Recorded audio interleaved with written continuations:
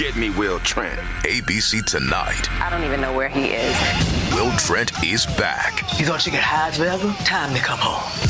The series that's being called one of the best network procedurals. We're going to solve this case. Featuring new cast member Gina Rodriguez. I'm a prosecutor. We deal in truth and facts. Maybe everybody should try that, huh? Will Trent, the 2-part season premiere, begins tonight on ABC and stream on Hulu.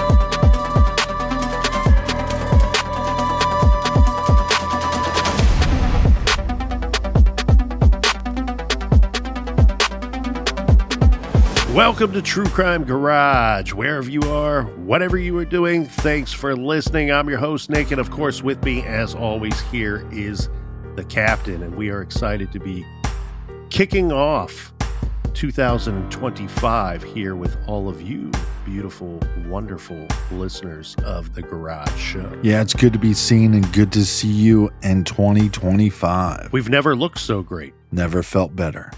Never felt better. Well, this week we thought we would take a look at last year and go through some of our favorite episodes of 2024. We know that most of our listeners are hardcore listeners, but you don't get to tune in every week. Life gets in the way, right? You get busy with wonderful family things and events of your own. So here we are to tell you some of our favorite episodes from yesteryear. Maybe to point you in the direction of those episodes should your earballs need a little more True Crime Garage. How's the year starting off for you so far, Captain? It's starting off with a bang, my friend. There's nothing better when you're talking to a friend and they go, hey, what's the best episode you've done lately? And you say whatever case, and then they go back and listen and you get a text message saying, these are some of the best episodes you've ever done. Mm-hmm. So that's why we're here. That's why we're doing this list. Happy 2025. And of course, we are recording this one a couple days before it's going to hit your ear out there. But our thoughts and prayers are with the people of New Orleans and really wishing Godspeed and the best of luck to the investigators down there, the ongoing New Orleans terrorist attack investigation. Hopefully, by the time this hits your ear, they've sorted it all out and figured everyone is involved and responsible for that terrible attack that occurred down in New Orleans. And shout out to some of our friends who are friends of the show with the New Orleans Office of Homeland Security down there. Godspeed to you guys. So we'll do a little bit of a countdown here today, right, Captain? Yeah, top 5. Top 5. Captain's got 5. I got 5. When we did our true crime documentaries and books and podcasts that we were reviewing, true crime that we had consumed in 2024 countdown, I went first. Would you like for me to go first again this time? Yeah. Well, they say age before beauty. Well, and look, if you tune into a podcast and you enjoy people tooting their own horn, as they say, well, you've come to the right place, because we really are going to do nothing but give ourselves very high praise for work that we did last year. And you're going to get to hear me honking quite a bit today on how great we did, because I was reviewing our 2024 catalog, and it was a delight to review it, because I'm not going to lie. There was say so myself. There were so many good cases, so many good true crime stories. I'm not going to pretend that we did all of them justice. We try our best each and every week. There are some stories that are more difficult to tell than others, and each true crime story is unique. That's one thing. The question that I get often is, well, how do you conduct your research, and how do you work on preparing the show and organizing the show that you're about to record? And there's no great answer for that. It's not like there's a template that the Captain and I follow and we just check off items as we go. doing research and putting together the show. Now, every case and every story is unique. It's different. You got to look at each one through a different lens at times. So it can be difficult to tell some of these stories, and they don't always turn out the way you wanted. And then other times, surprise, you go into it thinking, well, I've done the research. I've put the show together. I'm a little nervous on how this one's going to turn out. Yeah. And then it turns out to be fantastic. So here we are to celebrate the garage and celebrate 2024 with all of you. I'll kick things off, Captain. So your list is titled I'm a Great Guy. Top 5 Jobs Well Done by the Colonel. Fantastic Shows by True Crime Garage. My list is titled The Top 5 Episodes of 2024 That We Didn't Suck So Bad at Telling. That's mine. Yeah, that's not really the title. The title Not of mine, as sucky. I looked at it as a whole because there were some cases that are more interesting than some of the cases that I'm going to say here today. But again, I'm going back to the idea that some of the stories are a little more difficult to tell. Some of them don't lend themselves to great storytelling.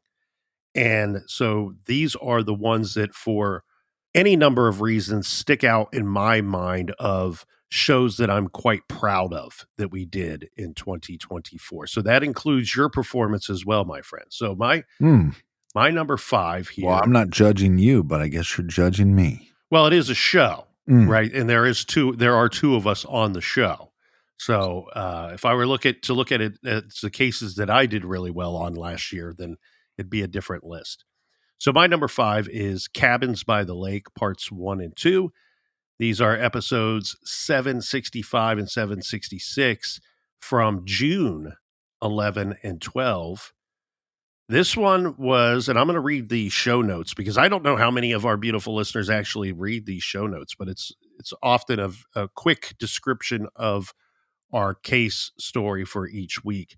This is the 17-year-old Belinda Van Lith, who has been missing for 50 years now, and that's still current. She's still missing.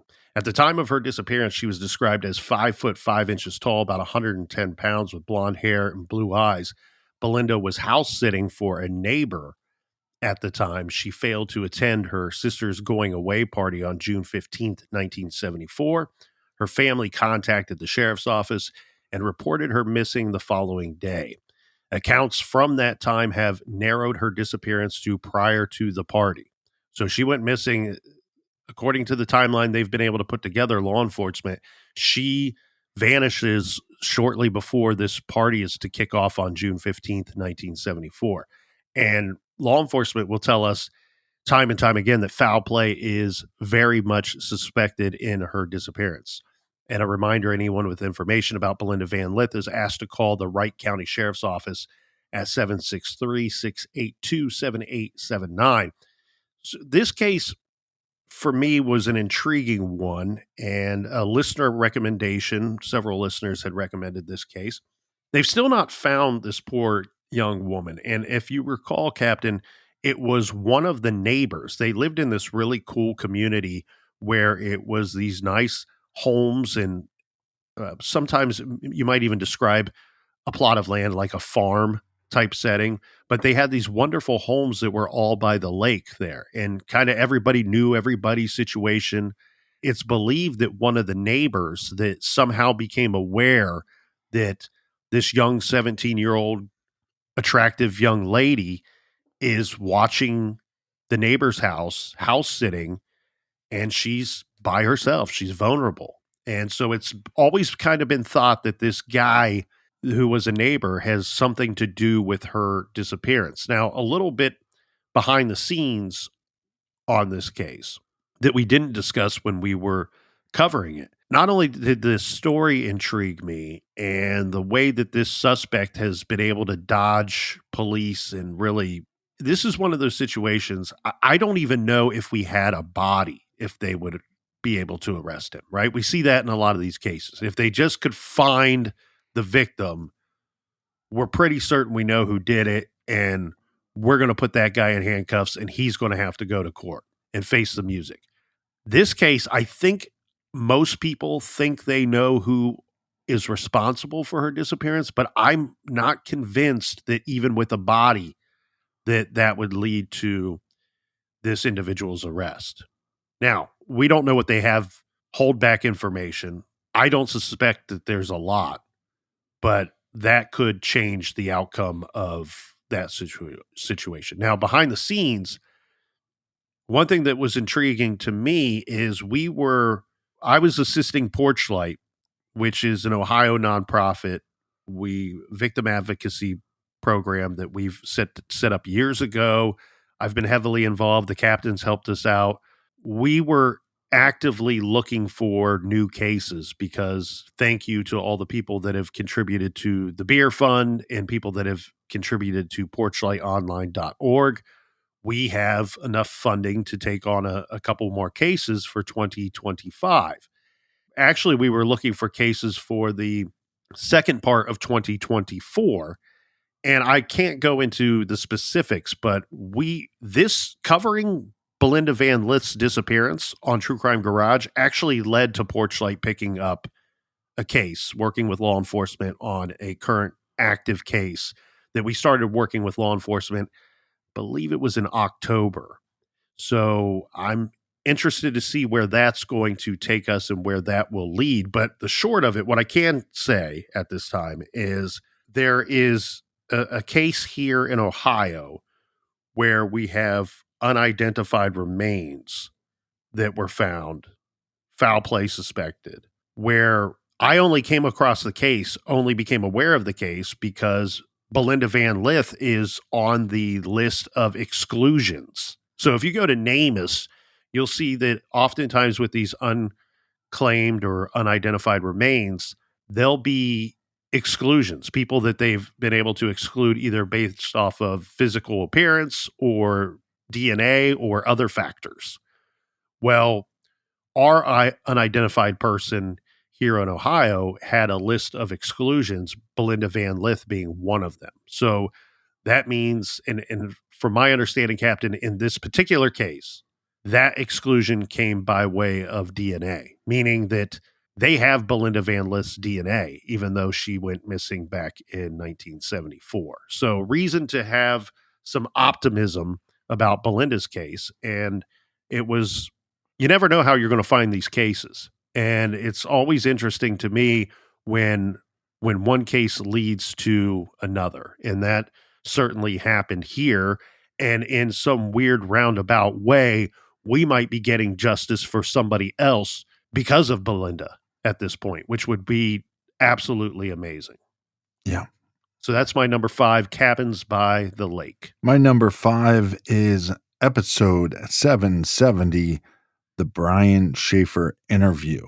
Brian Schaefer was 27 when he went missing. He's the famous missing guy that goes into a bar, is seen on CCTV footage going into the bar, but not seen on camera leaving the bar. And this interview was with head detective of the case, John Hurst, and the interview was done with me and Maggie Freeling.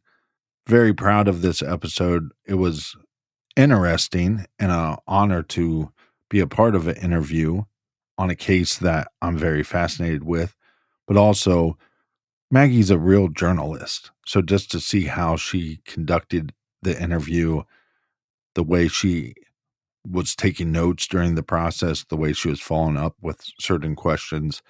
And so to take this interview that we did a few years back and to edit it down for the show, I thought every year that we do this podcast, I think I learn more about crime. And one of the things I think I learned this year is one of the things that podcasts do, documentaries do, news articles, is we're putting pieces of the puzzle on the table, or we're taking those pieces of the puzzle off the table.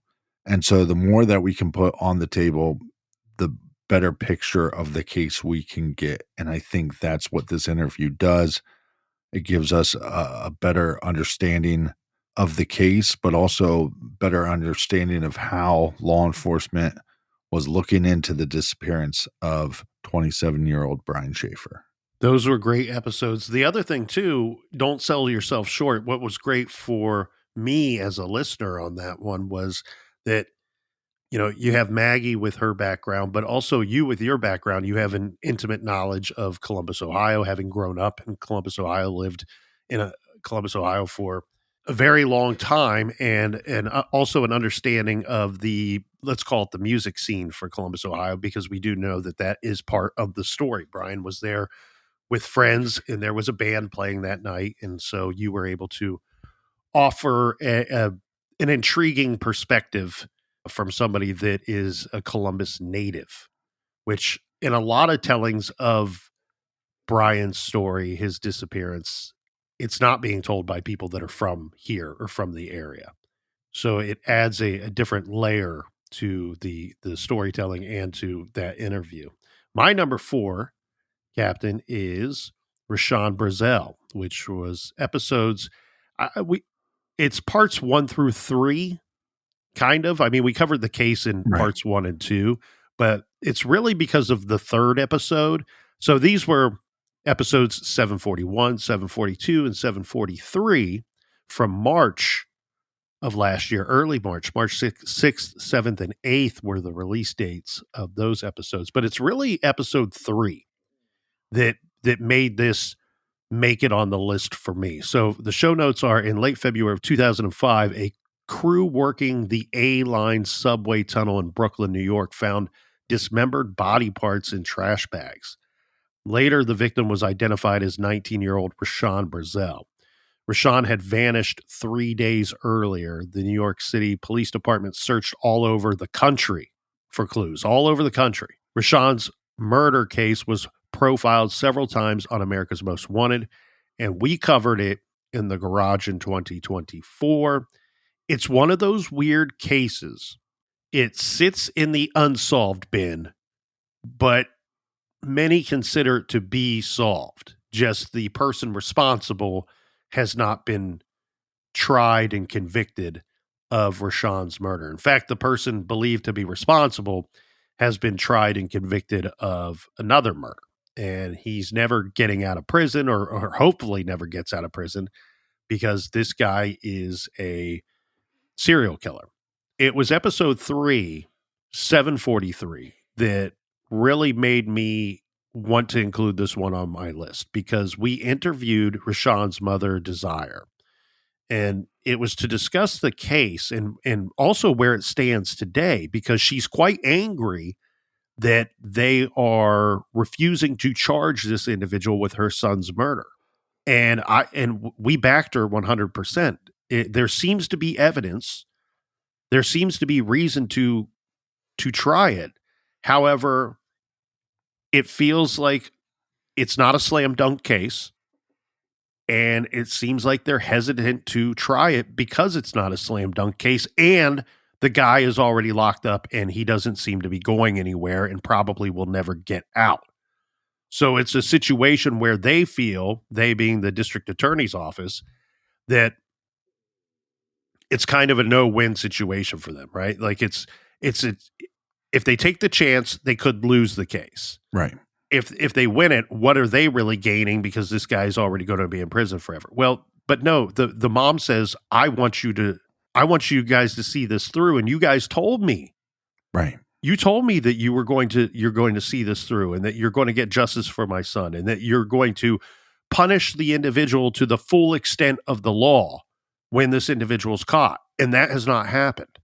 And she has nudged them very politely all along the way, trying to get them and to remind them. And so with this case and this story, and I like that we get to do these, look in the rearview mirror and recommend some of these episodes to people, because it gives an opportunity for us to explain some things that wouldn't be necessary to the storytelling of the case, some of the behind the scenes stuff. And with this one, what happened was, the only reason why we spoke with Desire was, she's a bulldog, man. She has made it up in her mind that she loved her son.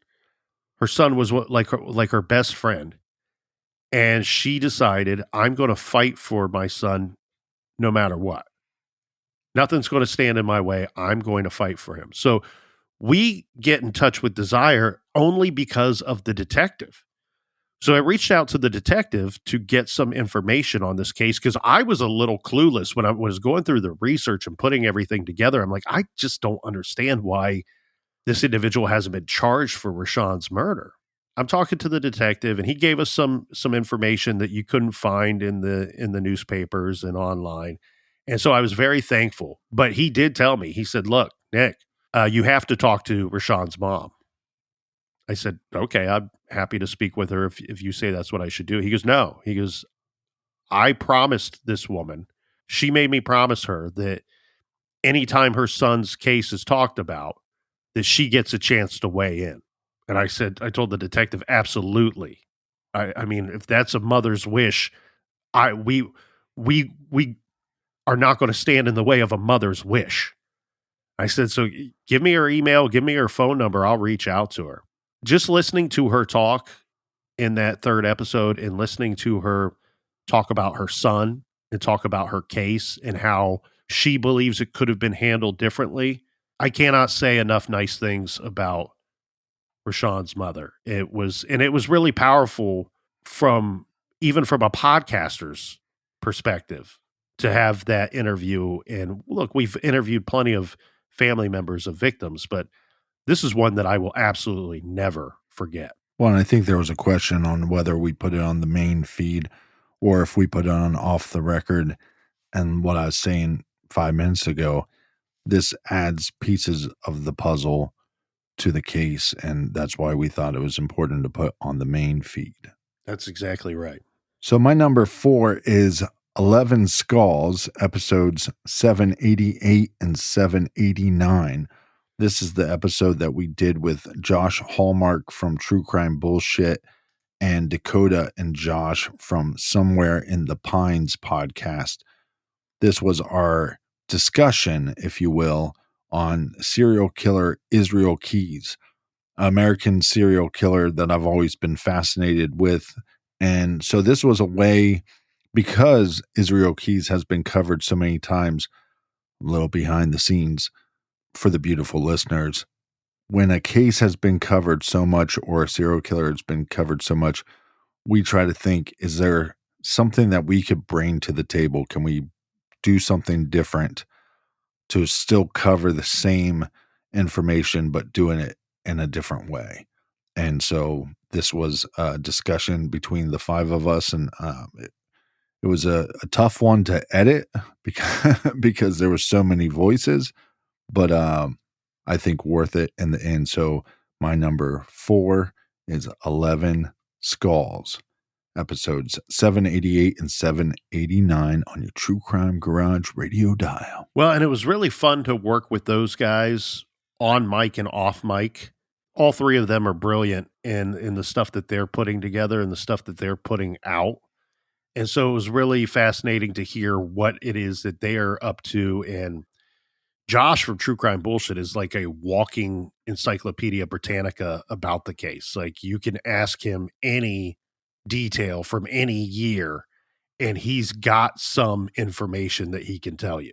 And so talking with him was fascinating, was fantastic. And then the guys from Somewhere in the Pines, who are just doing next level shit when it comes to what they're doing with the Israel Keys case, actually going out and looking for these hidden, concealed, buried kill kits that Keys put around the country. What I thought was so fascinating with talking with both of those podcasts are their podcasts are about the same case every week. So you want to talk about a true deep dive, whereas we cover different cases every week.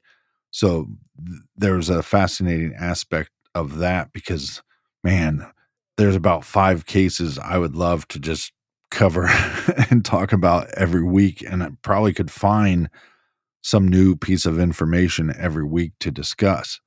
But also it's fascinating to see both True Crime Bullshit and Somewhere in the Pines podcasts that are hands down going to make a difference in the outcome of those cases. Because of Josh's work and because of Somewhere in the Pines' work, we're going to have more information and we're going to be able to identify more victims and give answers to family members of those victims because of their work. When we come back, the top 3 of 2024, but first, a quick beer break.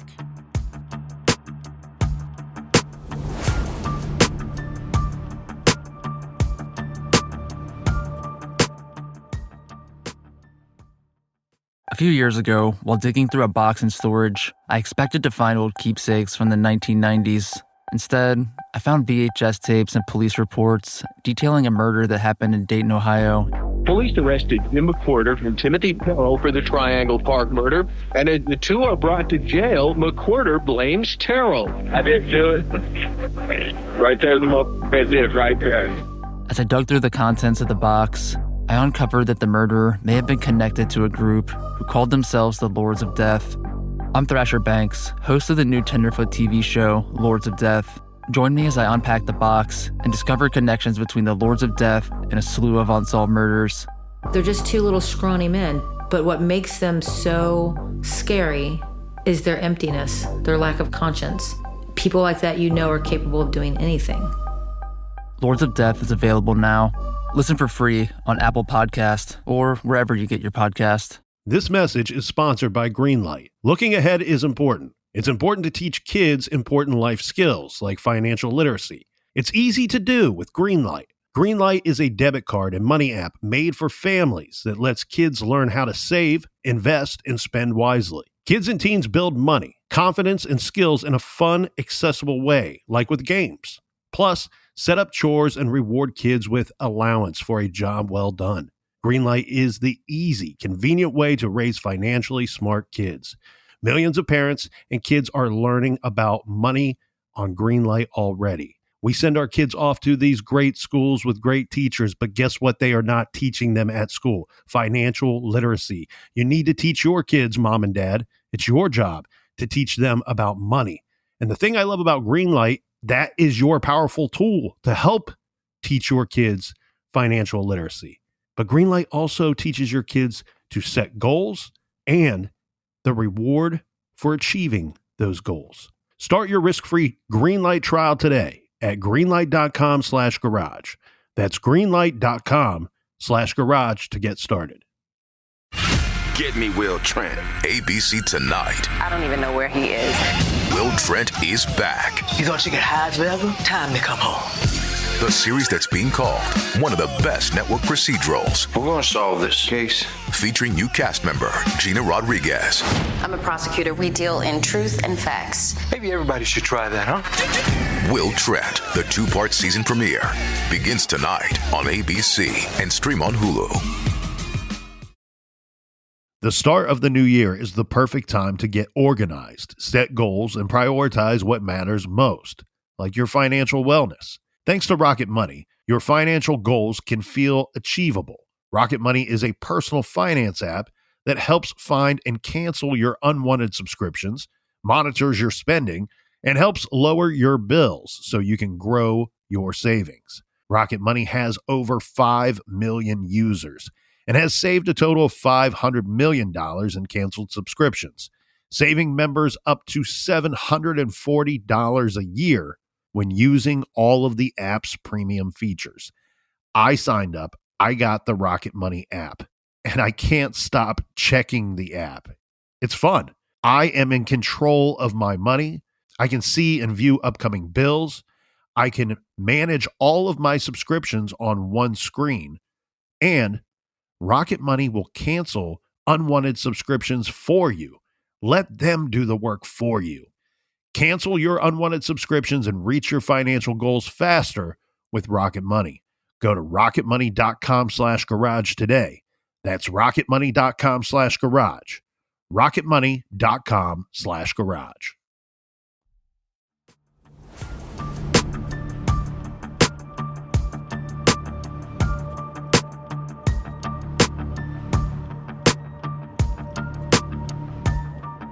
All right, talk hands in the air.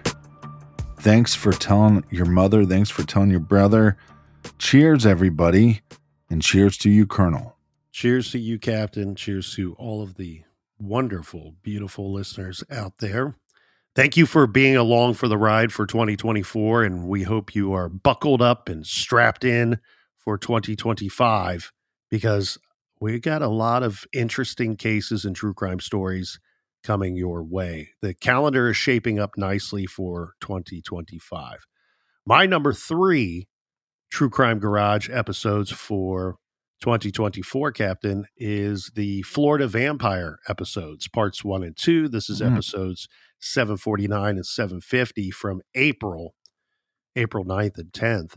In November of 1985 in Malabar, Florida, authorities responded to a strange and disturbing call. A young woman who had been abducted the day before somehow managed to escape from her captor's home. A motorist found the young woman on the side of the road. He took her to his home for both her protection and to call first responders for help. The woman described to detectives what the abductor had subjected her to over the last 22 hours. An abduction case was rare, but perhaps the most startling detail of the woman's story was that the man who had offered her a ride, he had then tortured her in his home. He also drank the woman's blood. These 2 episodes were about John Brennan Crutchley. He is a convicted kidnapper and rapist, widely regarded to be a serial killer. The numbers are astonishing because he's suspected of potentially having murdered up to 30 women. It is my belief, and many in law enforcement as well, that the woman who managed to escape from his home, he would have killed her. Remember, if you listen to those episodes, they found in his possession driver's licenses of missing women and murdered women. We've seen with serial killers, they take trophies, for a lack of a better term. Yeah. And it's a little Hollywood-esque, right? It's kind of something ripped right out of a movie, that the serial killer would keep a driver's license or state identification card. But he had these in his possession. It's in the movies because it's based on reality. That's right. He had these in his possession with no explanation for why he would have had these items. So yeah, this is a case that we really kind of boiled it down. And what I mean by boiling it down is 30 might be an ambitious number for the potential number of victims of this guy, but he had lived in a few different states. And what we were able to do in those episodes was to give a good look at the timeline of his life and where he was at what years and what he was doing in those areas. And then also cross-reference that with murder victims or missing women in that area from those times. And so we kind of boiled it down from about 30 potential victims to, I think we had him somewhere between 12 and 16. And some of the victims look to be stronger. There's a stronger argument for some of these victims that he's responsible than others, of course. But yeah, he's never been officially convicted of murder, but suspected of having killed many women, several women. And he's called the vampire rapist. That's his nickname. We called him the Florida vampire. He's the vampire rapist because he drained the blood of his one confirmed victim almost to the point of death. And he also is on record saying that there were other women that he didn't kill, that he drank their blood as well as some kind of sexual thing that he was into. Now, these episodes were strange. As I said earlier, each case, each true crime story is unique, and you have to take a different approach with each one. And a lot of times, I don't know exactly the approach that I'm going to take when I start researching a case or how we're going to tell the story. A lot of times, it's kind of presented to me along the way at some point. And really, this case started off with the episodes that came out just prior to the Florida vampire episodes. So the episodes prior, 747 and 748 on your True Crime Garage listening dial, those were titled Murder at NAS Norfolk. And what happened there was Carol Ann Molnar, a 21-year-old Navy clerk, disappeared February 6th of 1983. Her body was found about 3 months later at the Naval Air Station in Norfolk, Virginia. So one of her relatives reached out to the show and said, look, I'm related to Carol Ann Molnar, and her case is still unsolved. And not only is it unsolved, but I believe it was NCIS is the investigating agency, the lead on this case. Well, NCIS is quite secretive, right? You don't see them in the newspapers or on the news openly talking about their open cases very often. So the relative reached out to us and said, look, you guys do, I tune in and I hear stuff on your guys' show, details about cases and stories that I don't hear elsewhere. So somehow you guys are finding this information. We, our family, we do not know very much about our relative's murder case. There's not much in the newspapers, and NCIS is not talking. Anything that we could learn about the case, we want to know more about it. So can you guys do some digging and tell us what you find? And really, her case is still quite the mystery. And one thing we did determine is it was long suspected that her murder was connected to another murder, the murder of Pamela Ann Kimbrough. We did a lot of looking and analyzing that potential.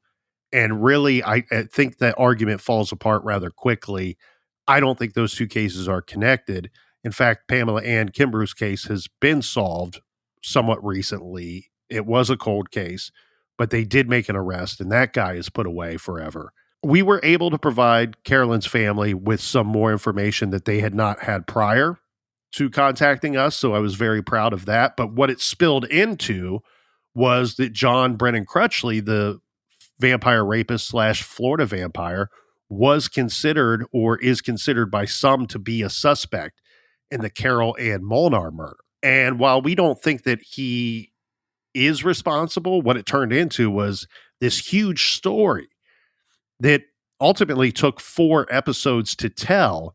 There was enough activity in the area of Norfolk at the time of Carol Ann Molnar's murder in 1983 that we had to tell all of that story before we could even get to this John Brennan Crutchley guy, because the things he suspected of and the things that we were potentially able to tie him to, it's a long list of horrific things that this guy is suspected of having committed. Yeah, and like what we were talking about last week, evidence found on the killer with these IDs, and you just wonder what compels them to hold on to this evidence that could lead them to be found guilty of other crimes. Yeah, it's hard to say, but my guess is that with a lot of these types, that this is something that they've long desired to do. They've long fantasized about committing these types of crimes, and therefore when they do, they need some kind of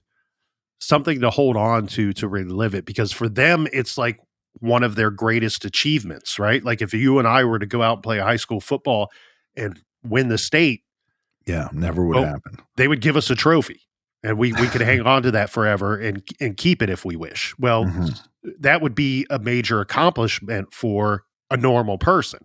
For these types, these kind of acts are their major accomplishment. Well, that's a great number 3, a lot of twists and turns. And my number 3 has a lot of twists and turns also. My number 3 is Out or In, episode 787. This is about Bob Gill. He was a bar owner. He turned around a failing bar to become a successful bar. Years later, he goes missing. He is found miles away from where he should be, dressed as a ninja, out in the fields, and that's just the beginning of this tale. This is one of the true crime stories that if I'm at a party and I start talking about Bob Gill's case, people don't even believe it.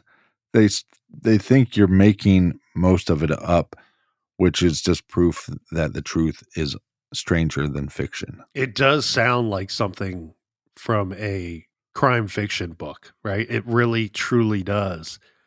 And it's an incredibly fascinating case, and one where we're pretty sure we know who did it, but then it comes down Right. to, You got to prove it.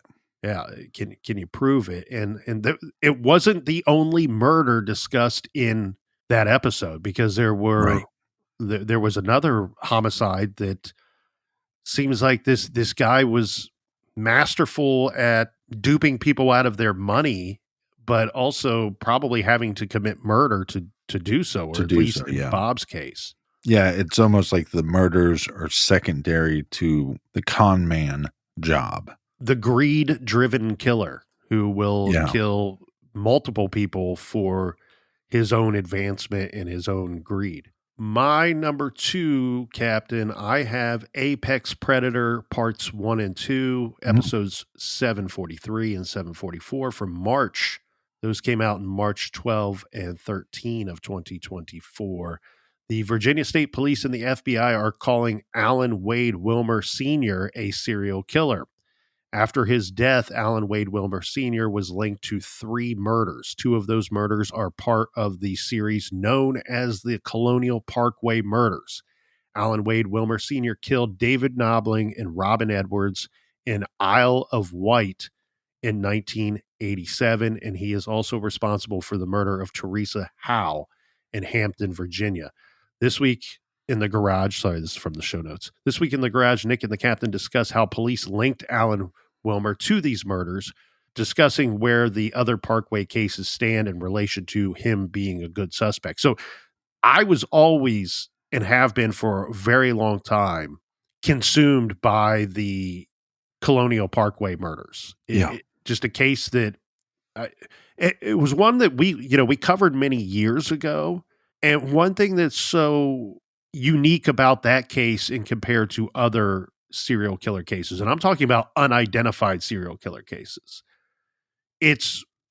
we have these series of murders, and no one can really, if you collected 100 people that were involved in this story, the overarching story of all 8 of these, it's technically 6 murders and 2 disappearances, but it's let's go ahead and say 8 murders, because the disappeared people, they've not been seen forever. I mean, it's for over 30 years by this point.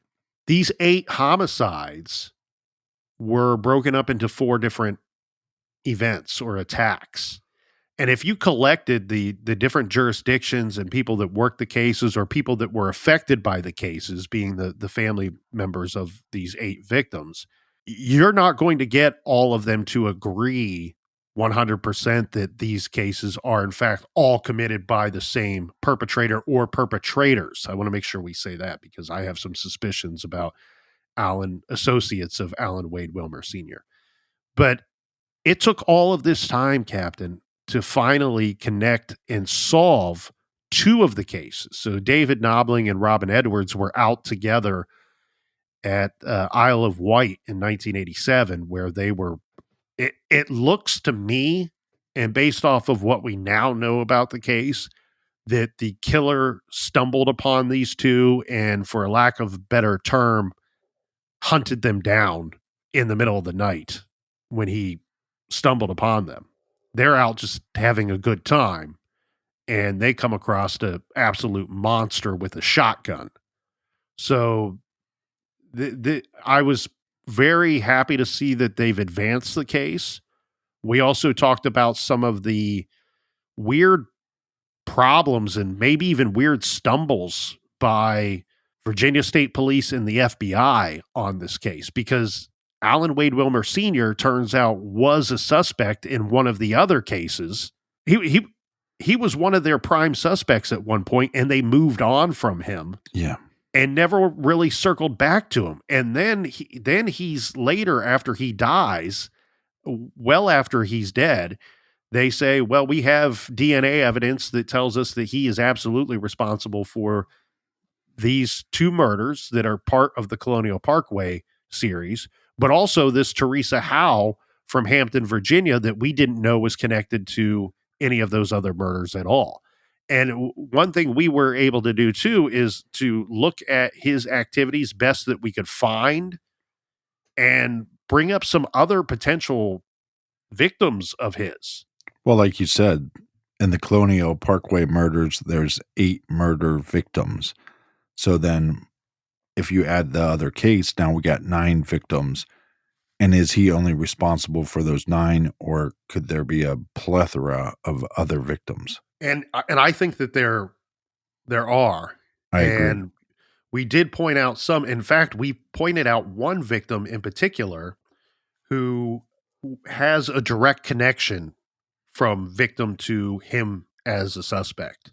So look into that and check those ones out if you haven't already. Apex Predator. Yeah, and you could go back and listen to the original Parkway murders coverage, add those to your list, and now you got a whole series. So my number 2, which is weirdly, it's kind of part of a series, even though we didn't label it as such, is West Memphis 3, A Harvest of Innocence. This is where you were able to sit down with Dan Stidham, defense attorney for Jesse Miss Kelly, and the famous West Memphis 3 case, episodes 756, 757. The reason why I say it's kind of a part of a series, and it really didn't get its due because I think we confused the listeners a little bit. We put out our original coverage of the West Memphis 3, followed it up with these 2 episodes where you sat down and talked with Dan Stidham about his book and about his time and his involvement in the West Memphis 3 case. But then after that, we had a 2-part series where it was just me and you discussing where are our thoughts at on this case so many years after we originally covered it. Yeah. And 30 years after the case took place. So maybe, I don't know what the best way to do this is, because you're spot on with what you're saying here, is that it kind of got lost in the sauce a little bit. And that was similar to what took place with our JonBenet Ramsey coverage, because we're at CrimeCon earlier in 2024, and several people that had come up to our table. Oh, by the way, if you want to attend CrimeCon 2025, it's in September in the beautiful city of Denver. Tickets are available now. Please use our promo code TCG. You can save, I think it's 10% on your purchase, but regardless, you will save a little bit of cashola. But we're at CrimeCon, and several people come up to us and they're like, I love your guys' coverage of JonBenet Ramsey. And I remember going, oh yeah, did you like the new episodes that we put out? So we put out additional JonBenet Ramsey episodes in December of 2023, having already covered Ramsey. When did we first cover that? 21, I believe. It'd been a couple years. Yeah. But we added 6 or 7 more episodes of JonBenet Ramsey coverage. And what we did was we re-released our previous Ramsey coverage and then followed it up with the additional episodes, or maybe we had the additional episodes first. I don't remember the exact order, but what we're doing here with the West Memphis 3 stuff is similar, where we're kind of setting the table, right? Like, here's what we've already discussed, because in a lot of these cases, our initial coverage, we're going through the timeline. We're going through the facts. We're going through the questions that remain. So that is the case. That is the big bulk of the case itself. Now we're revisiting it and looking at it through a different lens and from a different angle. And it would be redundant to go through the entire timeline again or go through the entire list of evidence again, because we've already covered that. And a lot of times, especially with West Memphis 3 and JonBenet Ramsey, just going through the timeline and the evidence takes up a full episode or 2 anyway. And so we would never really get to the new angle, the new looking at it through a different lens. And so we kind of set the table that way, but then it gets lost on the listeners, not at large, but in some form and fashion. So maybe, I don't know if any of the listeners have a great suggestion of a way that we could do that and present that better to you so that it's not lost. Because what we had was a lot of people with JonBenet said, what do you mean you did new episodes? I said, well, just last December, we released several new episodes where we spoke with John Anderson, who was good friends with Lou Smith. We spoke with Stephen and Joyce Singular, who wrote Presumed Guilty, which is one of the more fascinating JonBenet Ramsey investigation books. And we brought in all these additional people to help us look at the case and really discussed a lot of information that was not covered in our first go round with it. Yeah, it's like like I said, it was us putting more pieces of the puzzle on the table. Well, and so a lot of the responses I was getting was, "Oh, I just thought that you were re-releasing the episodes. Right. I didn't realize that there was new stuff." And so I was very happy to point out that yes, there is new stuff. And one thing that we set out to do when we first started doing True Crime Garage, we didn't know how we were going to do a lot of what it is that we do. And that's certainly morphed and evolved and changed throughout the years. Yeah. But one thing we did set out to do when we first started, a conversation that the captain and I had, was we don't want to be one of these shows that discusses a case and then never discusses that case ever again. And of course, there's good and bad with covering a new case each and every week.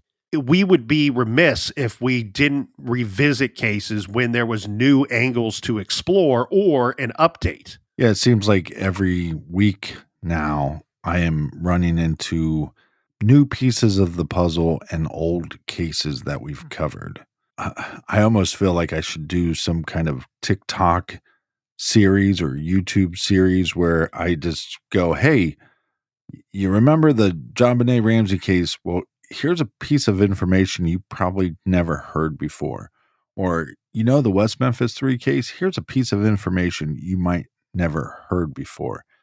And some of those pieces of information, when they're new, it can alter the way you examine the other pieces of the puzzle that you already know. Yeah, and a lot of times too, for those of you that have not checked out our subscription show Off the Record yet, a lot of times too, those updates or further discussions about cases that we've covered will be featured on Off the Record. And a lot of that has to do with just the amount of information.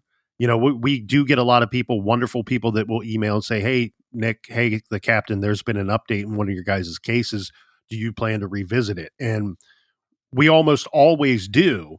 You just may not hear it because it does most of the time find its way to Off the Record, because if an update it only takes us 15 or 20 minutes to discuss, then it doesn't really necessarily warrant putting it on the big show here. So there are a lot of updates and a lot of further discussions on Off the Record. But that was a case where Dan Stidham, who is somebody that we've always wanted to talk to. I mean, there's no shortage of people that we would want to talk to regarding the West Memphis 3 case, but he was certainly high on that list, and the opportunity to speak with him. And he's like the captain and I, he's a long-winded fella. So we got to talk to him a lot, and he doesn't. What I like to drink a little bit too. Well, well, I do. I actually, he didn't join me in a drink, unfortunately, because of a health concern at the time. But well, we hope that he's back to drinking. The thing here is, though, what I appreciated about Dan was he didn't pull any punches, right? If there was something on his mind or a thought that he had about the case, he's not reluctant to share, because he's aggravated that it's drug on for so long, and he's moved on with his career. He's now a judge. But I appreciated that he wasn't, you get sometimes when you talk to somebody that has great information about a case and they're a little guarded. And he wasn't. He was all walls down. I'll tell you whatever it is that you want to know. If I know something about a detail about the case, he was willing to discuss it with us, and he certainly did on those episodes. My number one here, Captain, and you'll see, maybe you see a little bit of a theme with some of my choices for our picks here. A lot of it has to do with not just episodes that I'm very proud of, but also episodes where we've furthered the coverage of a case. And then in this particular case, where there was a major update leading to an arrest. My number one episode was Sharif Rahman from January of last year, and that was January 9th, the release date. It's episode number 728. The show notes are on Thursday night, August 2023. So we were covering this just months after this unfortunate event when Sharif Rahman was murdered. Business owner and pillar of the community, Sharif Rahman was attacked outside of his Owen Sound, Ontario restaurant. Sadly, Sharif did not survive. So he goes to the hospital from these horrific injuries that he sustained during this attack, this brutal attack that involved 3 men. And the Owen Sound Police Department were asking the public for help to identify the 3 men that they believed were all linked to the murder of Sharif Rahman. So he's attacked. There were photographs of suspects who they were calling suspects number 1 and 2 fleeing the scene. And there were also some vehicles that police had questions about that they believe may be involved in this homicide. So this one really stuck with me for a lot of reasons, and I've said this openly on the show many times. There are some cases that bother me more on an emotional level, bother me more than others, and I don't know why that is. Doesn't seem to be any rhyme or reason for it. But this one really bothered me. Maybe I can give a little rhyme and reason to this one. Part of it was the wonderful, nice things that people of this community had to say about Sharif. He was a husband and a father and a business owner, and he also was an individual that volunteered his time to helping others. And he used his restaurant to try to feed the local homeless community as well. I mean, so just a guy that's doing wonderful, amazing things, and he gets attacked by these 3 people that were patrons of his restaurant. Yeah. If not just for that one single night. Pieces of shit. Absolute pieces of shit. And what I loved about this one was there was an update. This did lead to the arrest. It was actually, they arrested 3 individuals, and the case was rather complicated. The investigation was rather complicated because it was international. They arrested some individuals from the UK. We're glad to see that case is moving in the right direction. And sadly, Sharif left behind a young daughter. And it's one of those attacks and horrific public violence scenarios that you just would never dream up, especially for this victim, because this victim, there's no reason for most of these victims to be a victim in any of the cases that we cover. But to see a person who is best described as a cherished member of the community being assaulted so badly that he dies in the hospital was just beyond belief and beyond comprehension for me. And so we had locals who reached out to True Crime Garage and asked us to cover it because the police were searching for these individuals and were wanting help. And they actually believe, they said it in some of their statements to the public, we have reason to believe that there's a potential that these suspects are not local, because this is an area that people travel to visit on vacation and what have you. And also that we've made enough of a public plea that we think that if they were local, and mind you, at the same time, there were people, a huge outpouring for this man's death and for his murder, a huge outpouring of people going to public vigils and candlelight vigils and trying to come together as a community to help solve this case and make an arrest as a community, working with the police force there. So they had some reason to believe that there's a high potential, that these suspects are not local, and therefore they needed people to spread the word wide and far.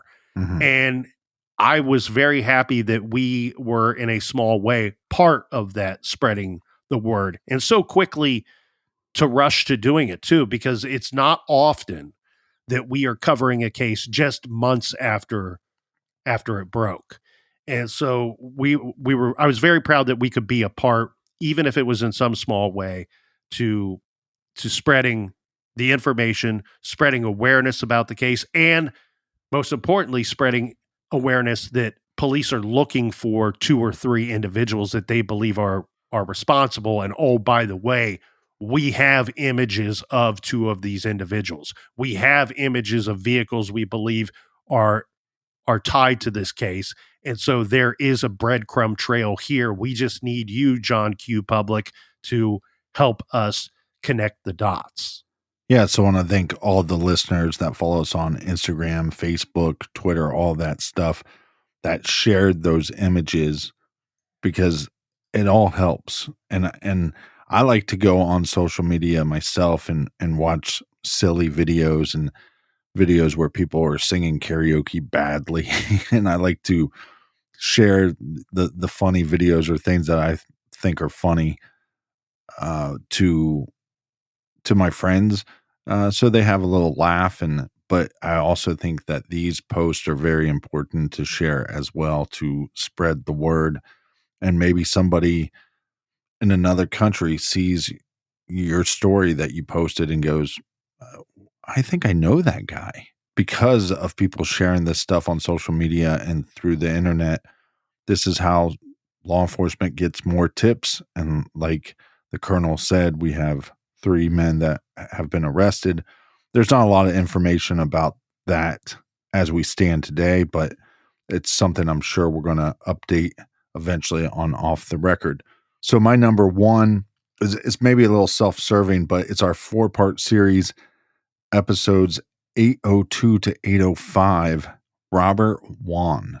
And the reason why this is self-serving is because my favorite episodes that we do are the cases that lead to discussion points and where we can speculate a little bit or have a little bit of a back and forth. Because I always feel like I learn more about the case by going, well, what about this? Or what do you think of this? You never seem to amaze me. No, just you never cease to amaze me that you always come up with some angle on a piece of evidence or some speculation that I just never would have thought of my own. Well, I appreciate you saying that I can't always do that with every case, but the cases when we're working on them and before we hit record on the episodes, 95% of the time, like I'm almost living and breathing the case for the days leading up to recording it, to the point where I'm like can't sleep at night, lying in bed thinking about something driving me nuts about the case. And so sometimes I'm able to come up with something of consideration and other times not. But yeah, that was one of those cases that definitely kept me up at night for several nights in a row. And it's one of those cases that I think from a strategy standpoint, law enforcement and the prosecution had the right idea of charging those individuals with conspiracy. Unfortunately, it just didn't shake out. As good of a job as I believe that they did, it's that convoluted of a case. It's that tricky of a case that it's just too hard to get a conviction in something that confusing, really. I mean, that's the best way to describe that case, is confusing. Yeah, and a little behind the scenes for the listeners. We have had to argue for the fact that when you have ads on your show, they want a set schedule. And what we've had to argue or push back on consistently, every time we have a contract negotiation, we have to argue, we let the case determine how many episodes it's going to be. If there's enough to talk about for 6 episodes, we're going to do that. If there's only enough information to give the public for 1 episode, that's what the case will be. Let the case dictate how we cover the case. Yeah, and I don't want to chastise other podcasts, because everybody they have their own formula. But one thing that I think is a little annoying, and it's not most true crime podcasts. Most true crime podcasts don't handle it this way, but there are some out there, and the listeners they've come across the same thing. So they'll share my disdain for this with me. But there are some shows out there that are very cookie cutter, where it doesn't matter if they're talking about the Zodiac case or a case that happened an hour down the road that you've never heard of before. They're a 30-minute show, and they put what they can into 30 minutes or 45 minutes or whatever their time schedule is, and that's it for their coverage of the case, whether it warrants further coverage or not. And you and I can't operate that way. Yeah, that's not the show that we want to put out. Right. And so we will dedicate an episode to each and every one of these victims that we possibly can. But sometimes the story warrants a second, third, or fourth episode. And we've gone even further than that before. Yeah. And like we said before, we always try to revisit a case when it is warranted. We always try to revisit a case when needed.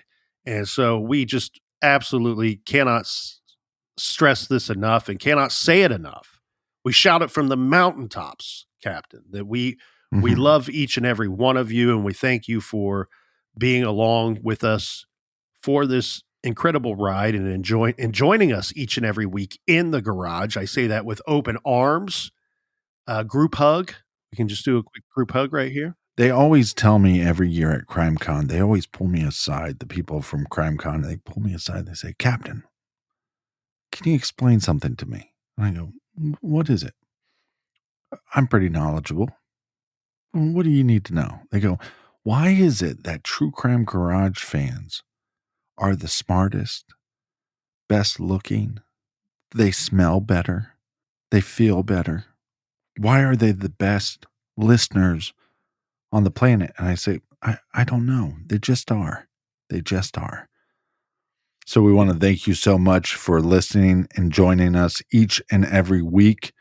Thanks for a great 2024, onward and upward in 2025. Make sure you tell your mother, make sure you tell your brother, and make sure you subscribe to True Crime Garage. And until next week, be good, be kind, and don't let them.